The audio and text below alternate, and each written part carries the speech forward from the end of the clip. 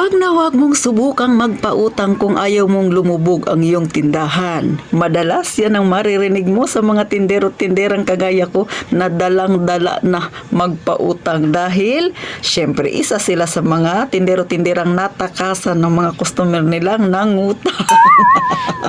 Gusto mo ba ganitong usapan ukol sa problemang tindahan? Huwag ka nang mahiya, mag-subscribe ka na sa Palaway ng Tindera dahil yan ang ating pagchichismisan.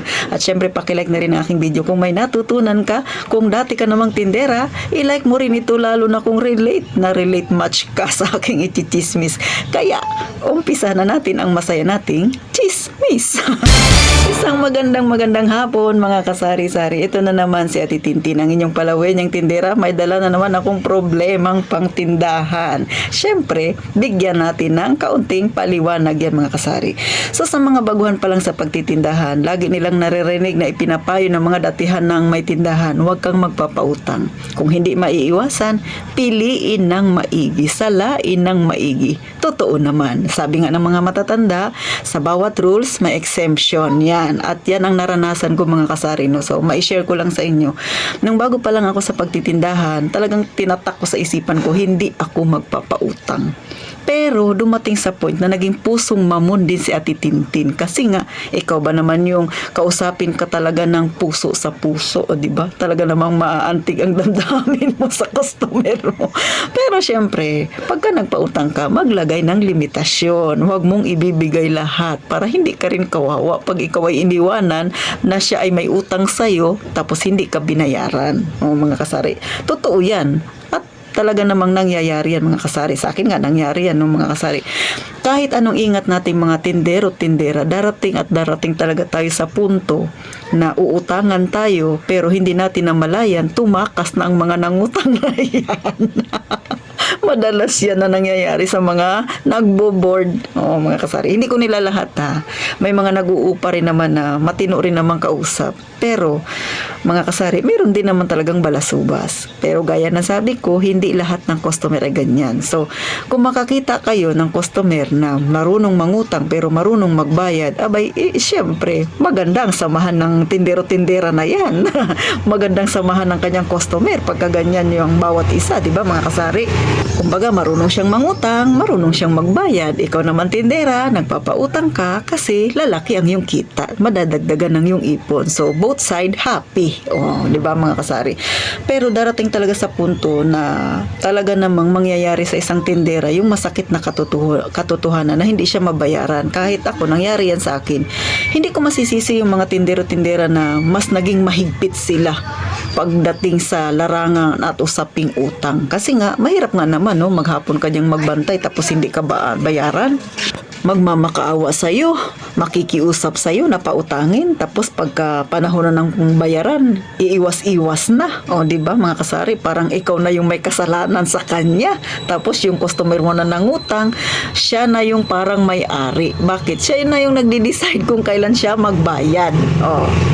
Kaya, isa rin yan sa dahilan bakit ang iilan ng mga tindero-tinderang kagaya na Tintin never na talagang nagpapautang.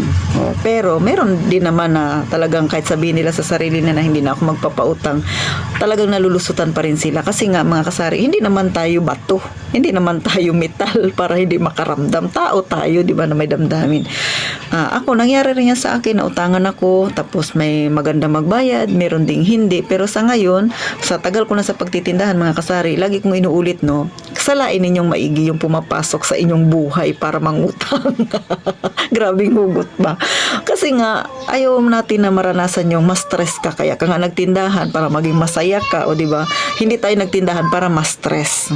Ganun lang mga kasari. Pero sa totoo lang, no, meron talagang mga customer na magaling magbayad. Ako ha, sa experience ko hanggang ngayon mga kasari, meron akong customer na katulad kahapon nagbayad siya sa akin, no, 3,500 mahigit yung binayaran niya. 15 days lang yun. Utang yun. So sa Ate Tintin, 3,000 savings ko na yung 500 binalik ko sa tindahan.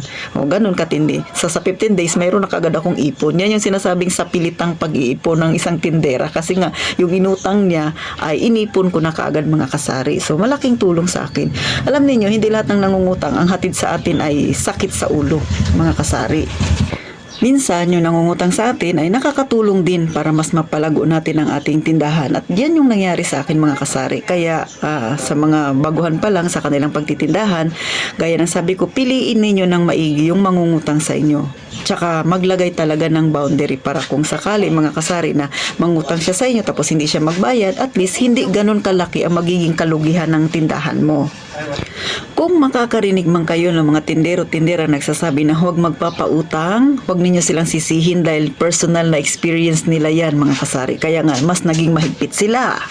Kasi nga, ikaw ba naman maghapon kang magbantay ng tindahan mo, o kaya simula madaling araw hanggang hating gabi magbabantay ka tapos utangan ka lang tapos hindi naman magbabayad, ay talaga namang masakit yun para sa isang tindera.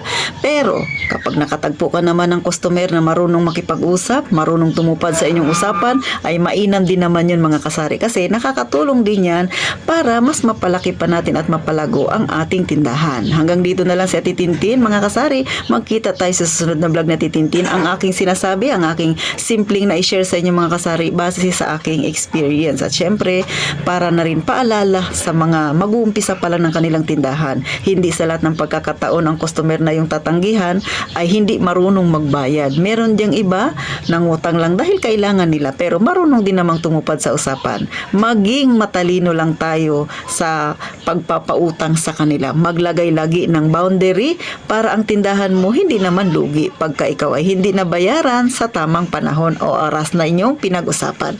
Paano? Hanggang dito na lang ang inyong palawin ng tindera. Gaya nga ng palagi kong sinasabi, mag-iingat tayong palagi, mga kasari.